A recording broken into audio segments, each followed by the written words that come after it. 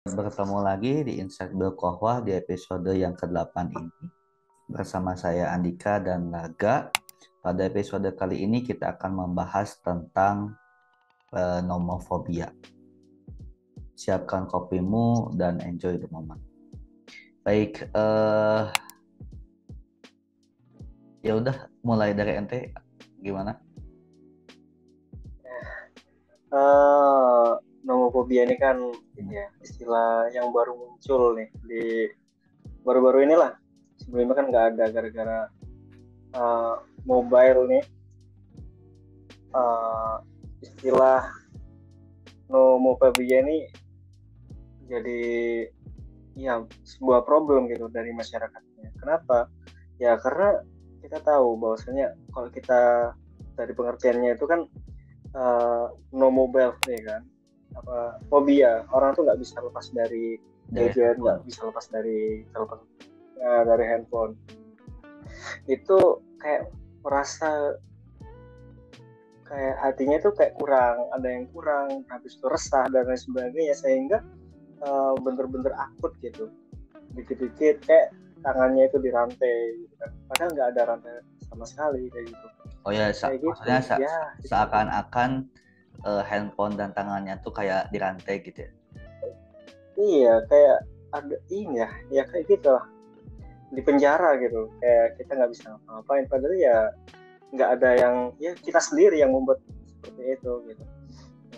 Ya, kemudian dari definisinya juga kan sebenarnya nomofobia itu merupakan salah satu jenis fobia ya. Jadi yang namanya fobia itu kan udah masuk ke ranah yang namanya eh, sakit mental. Jadi nomofobia itu merupakan salah satu penyakit mental gitu ya. Sebenarnya kan nomofobia ini terjadi sebenarnya baru-baru ini. Artinya ketika internet mulai muncul dan gadget mulai, ya teknologi mulai canggih, ini nomofobia muncul gitu ya. Nah, menurut ente apa penyebab ataupun apa yang melatar belakangi seseorang ini bisa terjangkit nomofobia? Uh, Kalau menurut Anda sendiri ya gara-gara kesepian sih pertama. Pertama kalau misalnya kita dalam berbagai aspek lah, kalau misalnya kita itu nggak ada yang merhatiin, nggak ada yang peduli, tiba-tiba ada orang yang ngasih peduli gitu kan. Nah ini tuh handphone gitu. Dari kita tuh seakan-akan nggak ada warna, gara-gara handphone ini ternyata semua itu informasi dan semua yang kita butuhkan, semua yang buat kita diem, ternyata dikasih gitu. Nah dari situ uh, seakan-akan dunia kita tuh ya itu algoritma dari apa teknologi sekarang itu selalu menampilkan apa yang kita inginkan. Nah kadang-kadang kita tuh terlelap dan nggak tahu batasan. Ya kita tuh terlena gitu, nggak tahu batasan mana yang lebih prioritas gitu. Iya, ini udah kita disenengin orang yang nggak disenengin. Oh ya, orang yang siapa yang nggak suka kalau disenengin gitu kan. Nah ketika ini sudah menjadi sebuah kebiasaan, kita dikasih sebuah perhatian, tiba-tiba kalau misal diambil itu pasti ada yang kurang. Nah berarti kita itu di sini sudah diambil, pikiran kita itu udah diambil oleh handphone. Ketika kita kehilangan atau berjarak dengan handphone, itu kita merasa gelisah gara-gara ya itu tadi, perhatian kita yang selama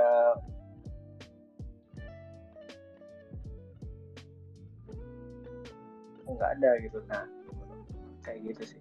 Iya. Tadi yang namanya menyinggung apa yang dikatakan ente tadi kan, salah satu penyebabnya adalah kesendirian gitu ya.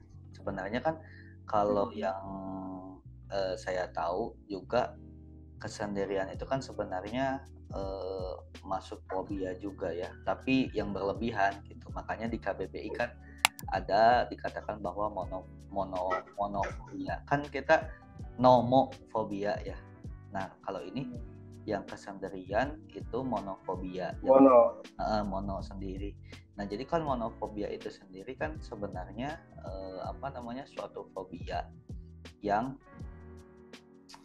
menyebabkan seseorang itu ingin sendiri terus dan menjauhi keramaian. Jadi istilahnya sangat terobsesi sendiri gitu kan, itu monofobia.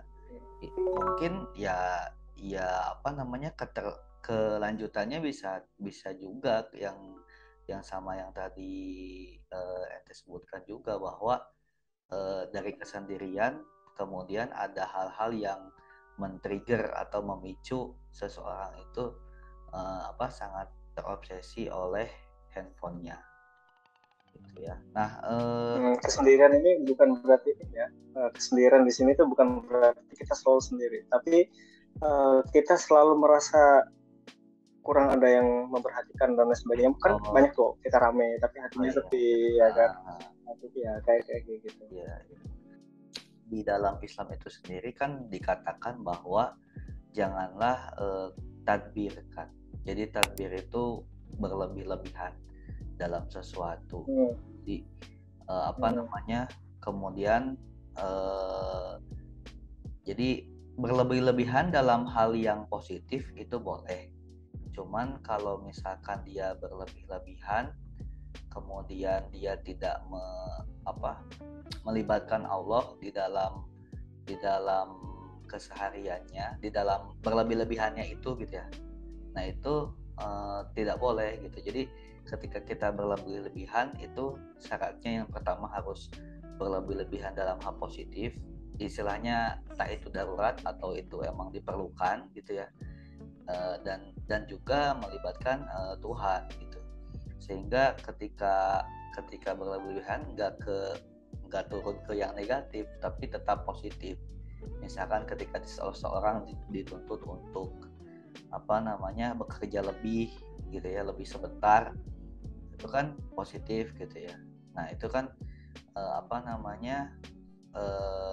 ke hal yang positif itu kan dibolehkan. Tetapi kalau misalkan berlebih-lebihan itu misalkan tidak melibatkan Allah dan ke hal yang negatif, itu kan justru yang tidak dibolehkan. Kan kayak gitu kan sebenarnya di dalam Islam. Terus Anda ada tambahan lagi?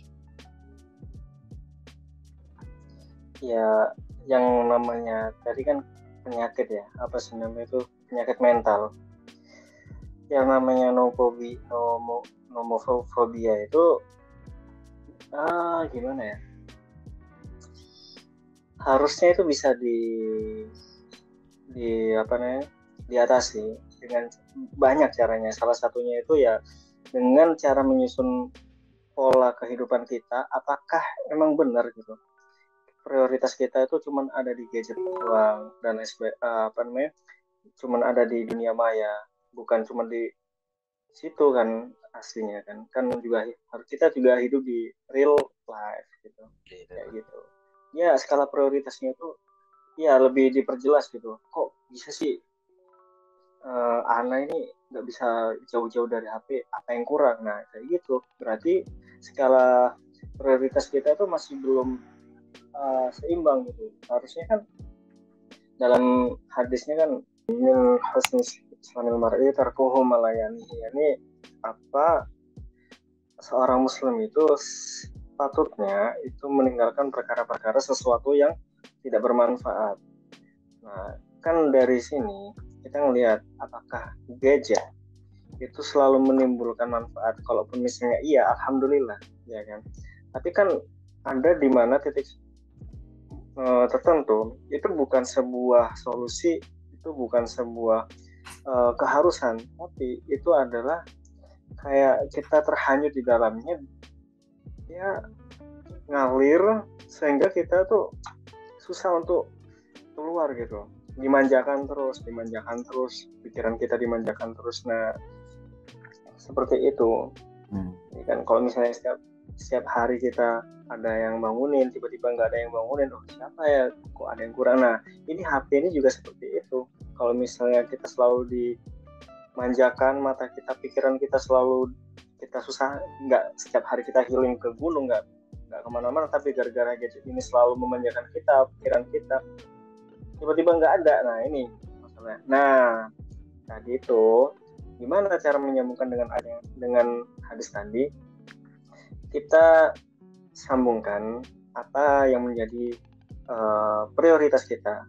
Apakah setiap hari harus megang gadget terus, apakah setiap hari harus melulu seperti itu? Enggak harus ya, kita harus membagi. Oh iya ya, ternyata kita tuh ya kan di gadget pun kita nggak sering lihat, oh kita harus membagi waktu buat olahraga, bangun tidur, baca buku dan sebagainya, ya kan. Ya itu sebagai vitamin, jangan sampai itu kan sebuah manfaat.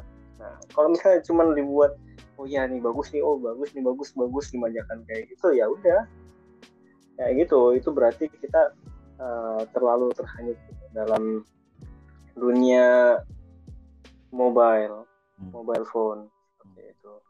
Ya kan kemudian juga kan di dalam Islam juga kan Syekh Ibnu Athaillah juga mengatakan arih nafsaka minat tadbir.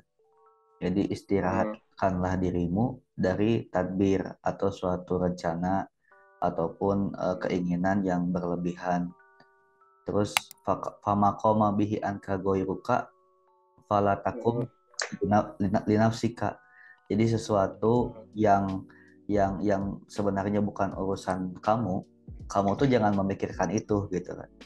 Nah itu kan sebenarnya di penjelasannya tuh kan karena terkadang orang itu selain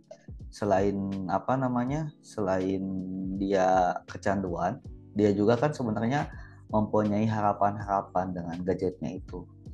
Jadi kecemasannya itu lahir karena keinginan yang berlebih ataupun harapan yang berlebih.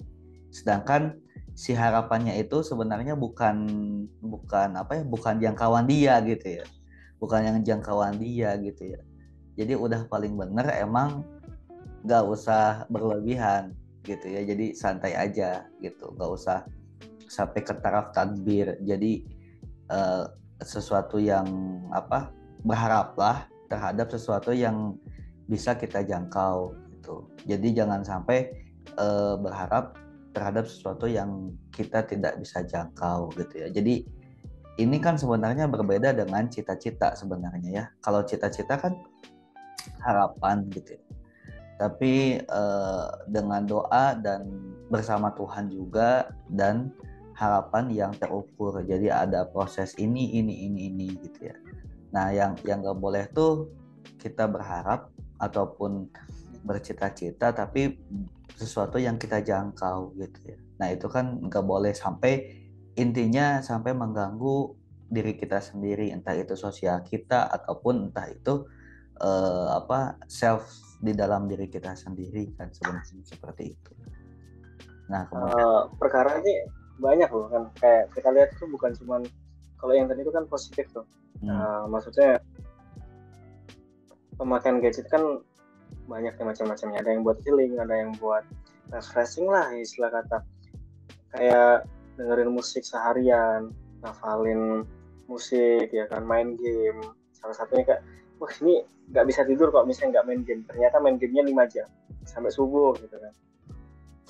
Itu kan salah satu bentuk dari ketergantungannya itu ya, fokus kita itu udah masuk ke sana ya kan, kita nggak terlalu mementingkan komitmen kita terhadap segala sesuatu. Misal kita pengen tidur malam, sebelum jam 9 harus tidur. Ya udah, kita harus kalau misalnya pengen main game atau dengerin musik, ya di jam sebelumnya gitu kan. Kita harus oh iya nih biar sempat kita harus selesai semua perkara dulu, udah urusan selesai, kita main game, kita main musik dan sebagainya, jam 9 tag. Udah. Nah, kan kayak gitu. Tapi ya kayak gitu. Kita selalu seakan-akan ada ketergantungannya itu yang bahaya gitu kan, kayak kecondongan kita. Nah itu yang selalu mengisi otak kita, yang selalu memanjakan otak kita. Nah itu yang bahaya. Jangan sampai. Nah itu solusinya mungkin ya lebih ke ini ya, kita yang tadi itu komitmen sama bukan cara mengatasi ketergantungan, tapi kita mencari kesibukan yang lain. Kayak gitu. Dan dari segi Islam pun kan kayaknya dengan mengisi ataupun dengan mengingat Allah kan, yang ala billahi tatmainnal qulub. Jadi jangan dengan berzikirlah ataupun mengingat Allah lah kita hati kita itu akan tenang kan gitu kan. Jadi ya terus apa lagi? Ya mungkin itu kita berbicara solusinya ya. Tadi kan berbicara yang pertama kita berbicara rumusan masalahnya, kemudian kasus-kasus yang terjadi gitu ya.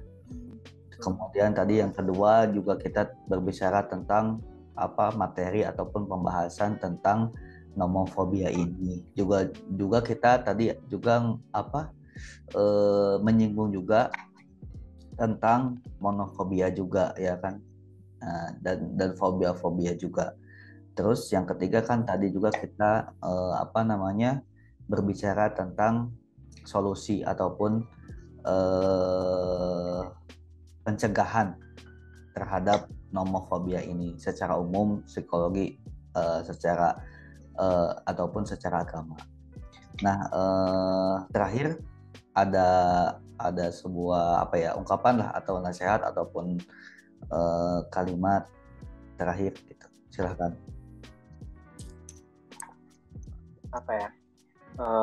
Mobile sekarang itu atau handphone itu sekarang itu ibarat kata dunia, ya kan? Seluruh dunia, segala aspek di dunia ini mulai dari sedih, senang, duka semuanya itu digabungin jadi satu. Masuk ke mobile phone. Yaitu kehidupan yang nggak bener-bener ada di mata kita nggak tahu, ya kan? Di dunia itu luas, tapi yang jangan sampai lupa skala kita itu ada juga yang di dunia nyata. Mungkin kita ngelihat tidak semuanya itu, dunia maya.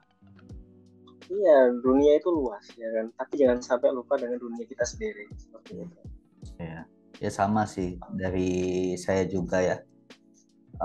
Dunia maya dan dunia nyata harus seimbang gitu ya. Jadi di dunia maya kita tahu peran kita, tetapi di dunia nyata kita juga harus tahu peran kita gitu, sehingga ada keseimbangan antara dunia nyata dan dunia maya.